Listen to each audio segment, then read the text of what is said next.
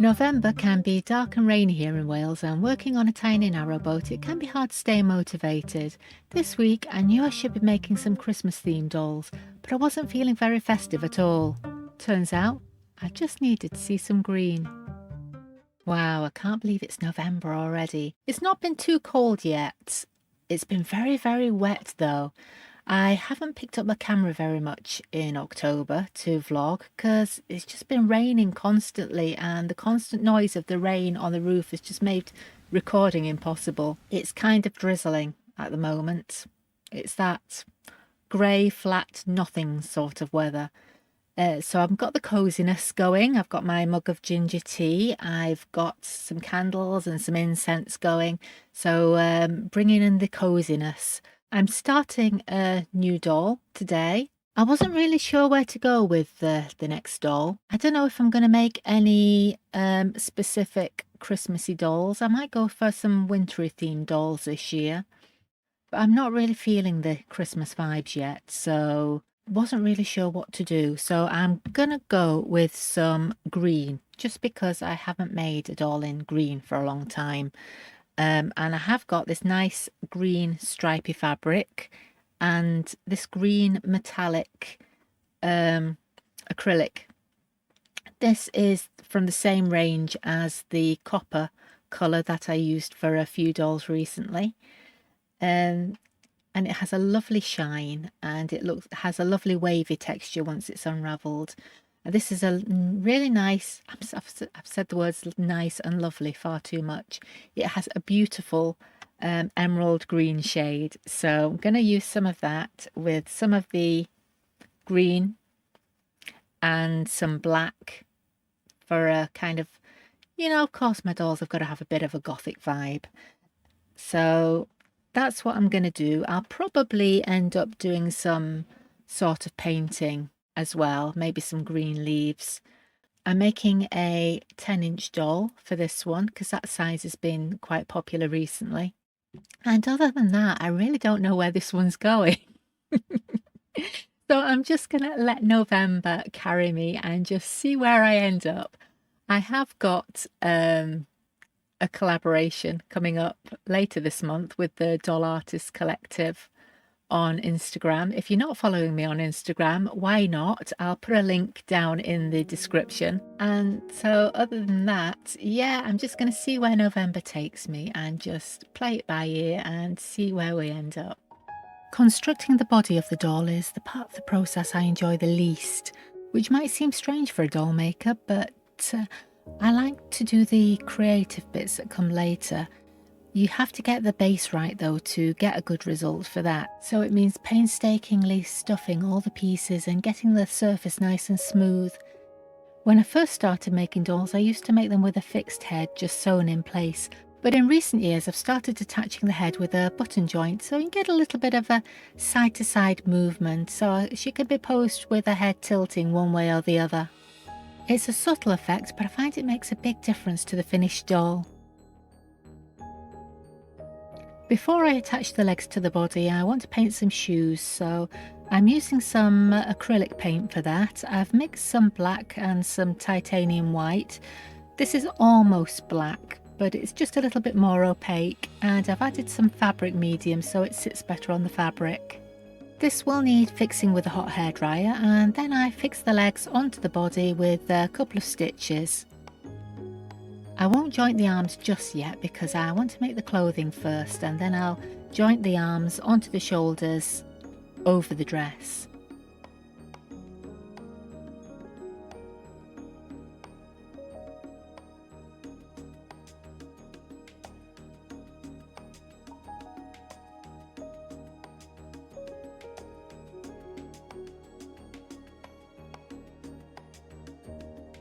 So I don't know what the sound quality is going to be like today. It's a little bit warmer today, but it's still raining and there's big heavy drops of rain falling on the boat roof. But we're going to just deal with it and see how we get on. So I've spent the last couple of days constructing the main part of the doll, stuffing all the pieces and jointing them.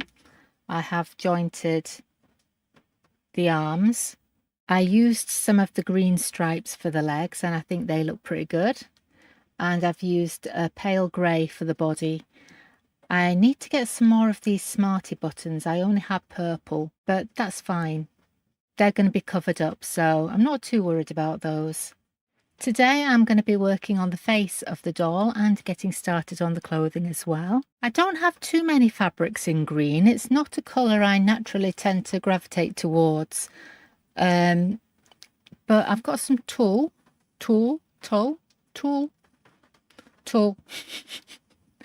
I've got some of that in green, some netting. And I've also got some ribbon. I've got some of the tartan. Oops, that's come all unwound. Oh dear. I've got a couple of different widths of this blue and green tartan ribbon, which could be nice. I could use some of that somewhere. If you saw my magpie hanging ornament I made last week, I used some of this for that. And there's some satin ribbon in a kind of nice sage green, and I think that could possibly work somewhere, although I found this ribbon does tend to fray a little bit, so we'll see. I've got some really lovely black guipure lace, which has a beautiful embroidered pattern on it. I'd like to use some of that somewhere. Yeah, I'm going to go for a sort of frilly, mostly black, gothic sort of little girl kind of dress for this one, I think.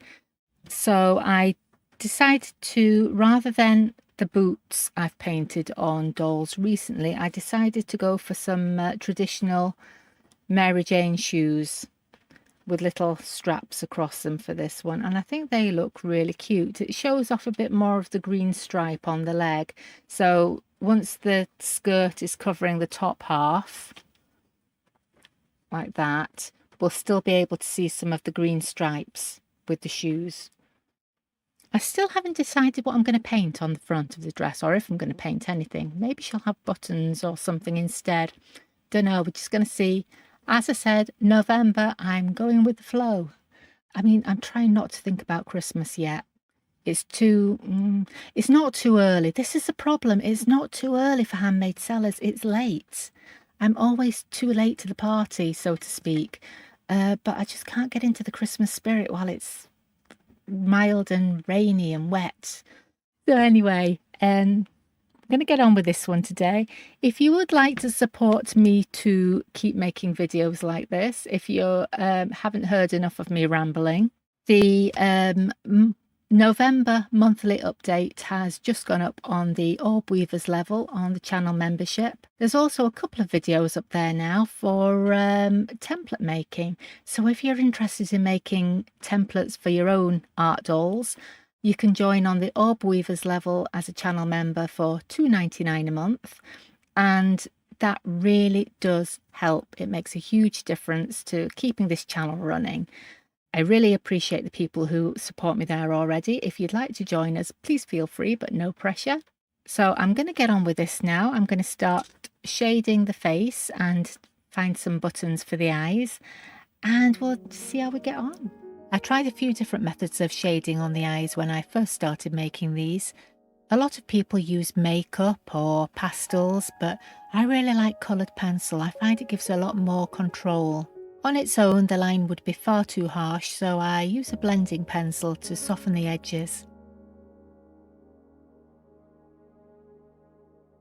So little by little, she's coming together. I feel like progress has been slow so far on this one, but slow progress is still progress, so we're moving in the right direction. I haven't got the face done yet. I have done some shading for the eyes, and that's been fixed with a couple of coats of fixative spray. I've used a dark green for the eye shading rather than just black. I just wanted to give it a bit more depth. I do find with some of the coloured pigments, like the dark greens and purples, they need a little bit more fixing, or they do tend to rub off a little bit. It might just need another coat just to make sure there's none at all rubbing off before I continue with that.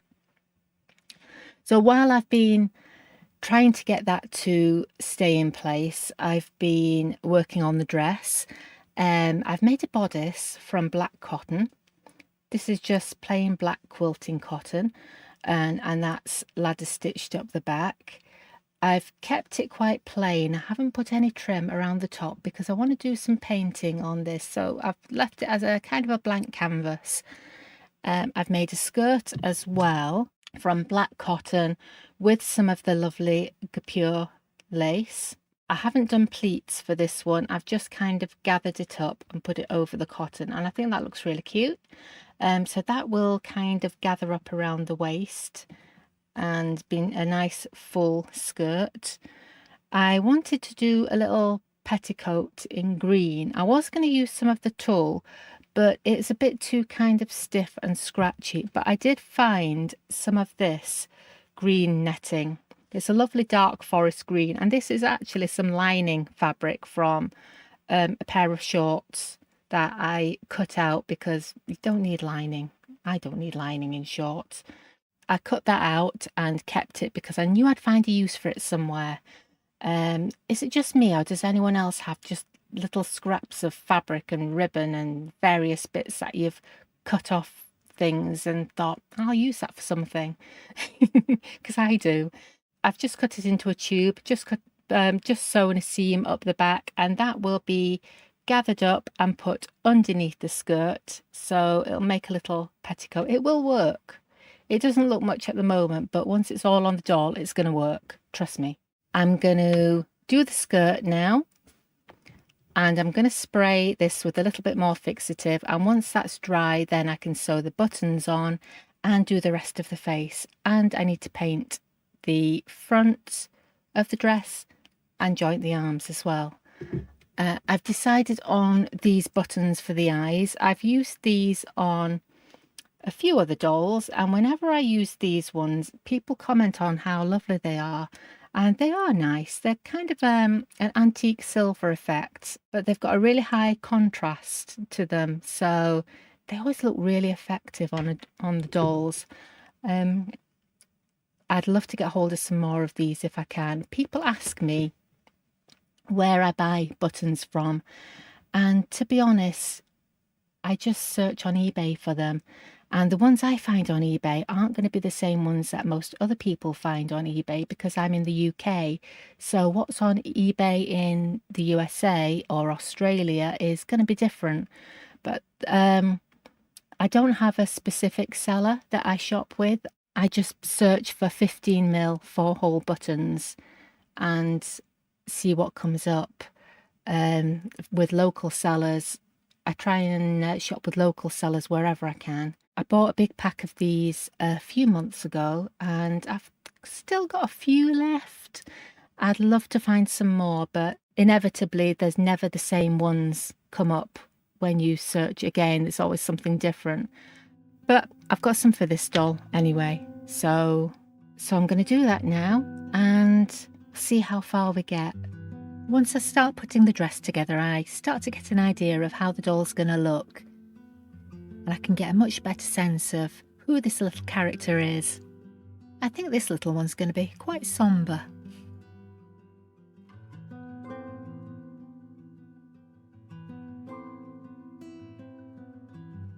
Now the fixative's dry, I can start adding some detail to the face. As usual, I'm drawing on some eyeliner with some fine liner pens, and then I'll add a bit of shading under the mouth.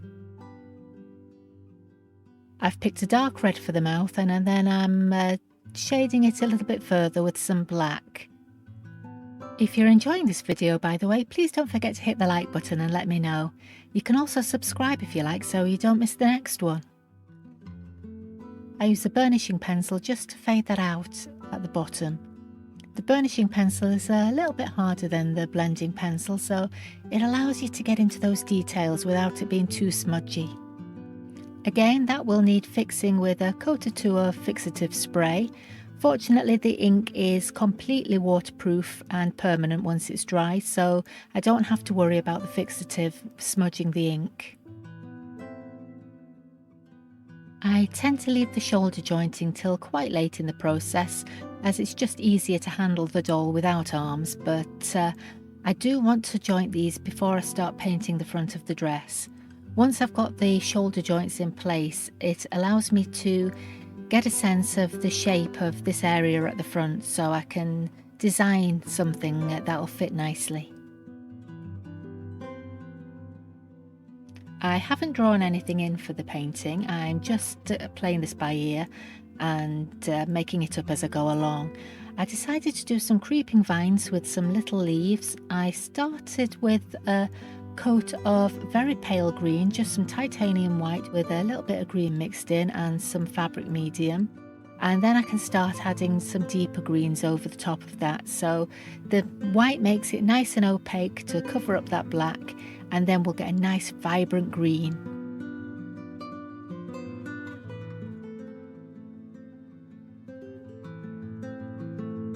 Again, that will need drying and fixing with a hot hair dryer, and then I can move on to the hair. I love needle felting as a method for attaching the hair. You can totally control the way you want the hair to fall, and there's no lumps or bumps or visible stitches anywhere. It is a little bit time consuming and you have to be quite careful because the needles are quite brittle, but I really love the effect on the finished doll.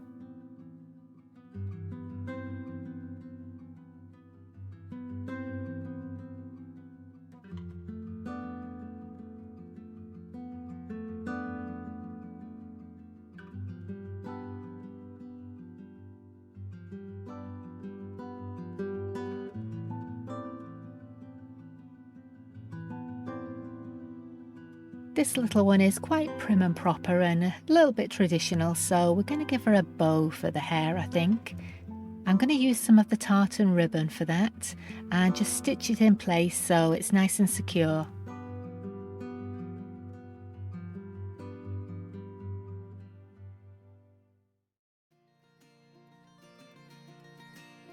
It eventually did stop raining and the sun came out, so I decided to take myself out for a walk and go and see if I could find some greenery to bring into the boat.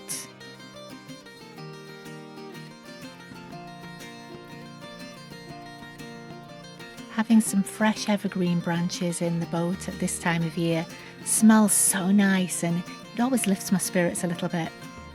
They also add a little bit of interest and texture to the doll photographs. The design I painted on the front of the dress reminds me of thyme leaves, so I called this little one Erin Wintertime.